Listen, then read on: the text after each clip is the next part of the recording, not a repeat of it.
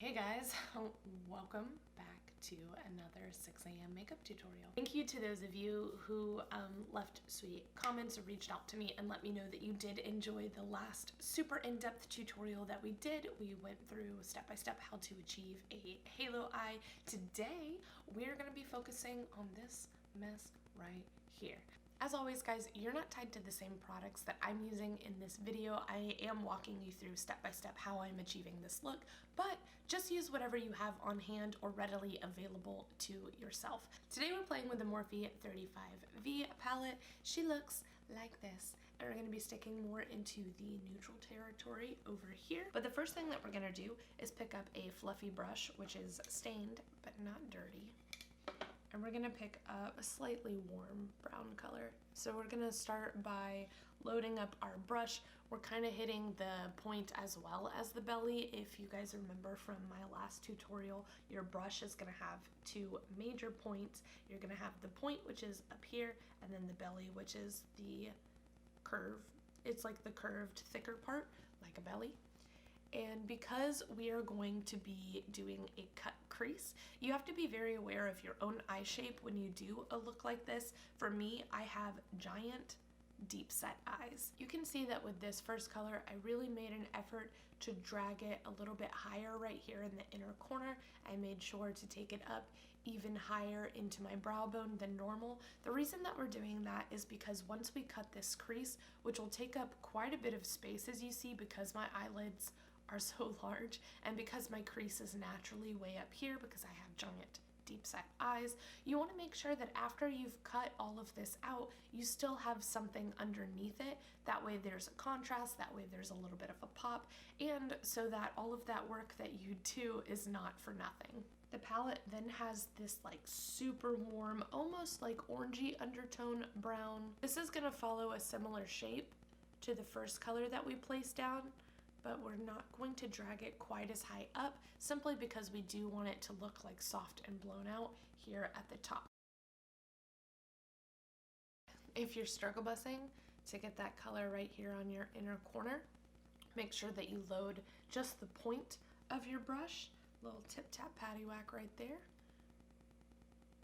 That way you can concentrate the color exactly where you want it. That is the groundwork for what we're about to do. So for today's cut crease, I'm going to be using the P.Louise base. If you do not have a P.Louise base, you can use a concealer, or you can take a Q-tip and dip it into some makeup remover and carve your crease out that way. But one thing I would highly recommend if you are going by way of concealer or the P.Louise base is to get a flat packing brush. I prefer something thin and already like curved. So this is a little bit too small for me because again, I have giant eyeballs, but this is pretty much exactly the brush that I use at work, except for mine is a little bit thicker. So I will saturate the top of my brush with that P.Louise base, and then I will go in and I will literally like stamp and drag.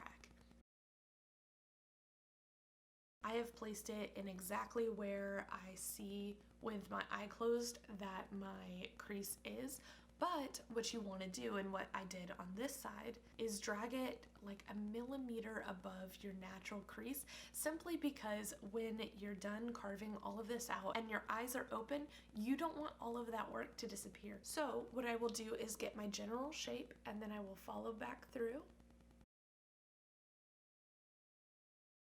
But I've seen people suggest that you keep your eyes open and then go in and stamp out exactly where you want it.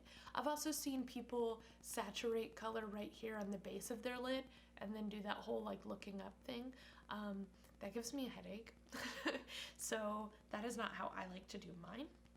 But whatever works for you, works for you. So while that base is still tacky, I am gonna go ahead and take the belly of that same fluffy brush. Y'all know that I love to use the same brush as much as possible. And I'm gonna stamp in this pretty like rose gold, almost champagne-y color. That's gonna be the more rich warm tone on a fluffy brush. Same fluffy brush, by the way. So first I kind of pack the shadow in, I want to get as much product off of the bristles as possible before swapping to that soft circular motion. So while this is beautiful and you could absolutely leave this just as so, however, this one next step I've really found kind of elevated my cut crease. And as much of a brush minimalist as I am, you do need a very specific kind of brush for this. I prefer to have something flat, tiny, detailed. Our goal is to hit not the bottom portion of this cut, but actually the top. So usually when I'm teaching a client how to do this, I'll demonstrate it by going upside down. You don't want this color to kiss the shimmer shades that's down here on your lid, because if you do, and you like carve it out or emphasize it on top of the shimmer, what you're doing is actually shortening your cut crease. We're just trying to sharpen the actual cut itself. So we're gonna saturate the tip of that brush, and I'm not breathing. After your brush has lost a lot of product, if you feel like the top part is too sharp, I go from approaching the cut like so to like so, and I kind of feather out just the top edge of that. But you see how that like completely changes the depth from here to here?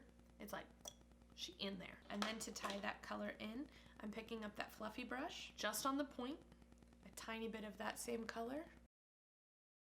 For the lower lid, I'm picking up that same warm tone shadow because we want it to all be seamless, so it's like a little C. So I went to do my eyeliner and my mascara and got a little bit carried away, and now we're wearing lashes. Thank you guys so much for watching. This is the final look. I hope that these tutorials have been useful or maybe even just somewhat entertaining for you guys. Let me know if there's anything else you guys would like to see a super in-depth tutorial on, and I will happily make that content for you tomorrow at 6 a.m. Don't forget to subscribe to this YouTube channel if you would like to see more, and I hope you guys have a very fun, safe, healthy day. Bye.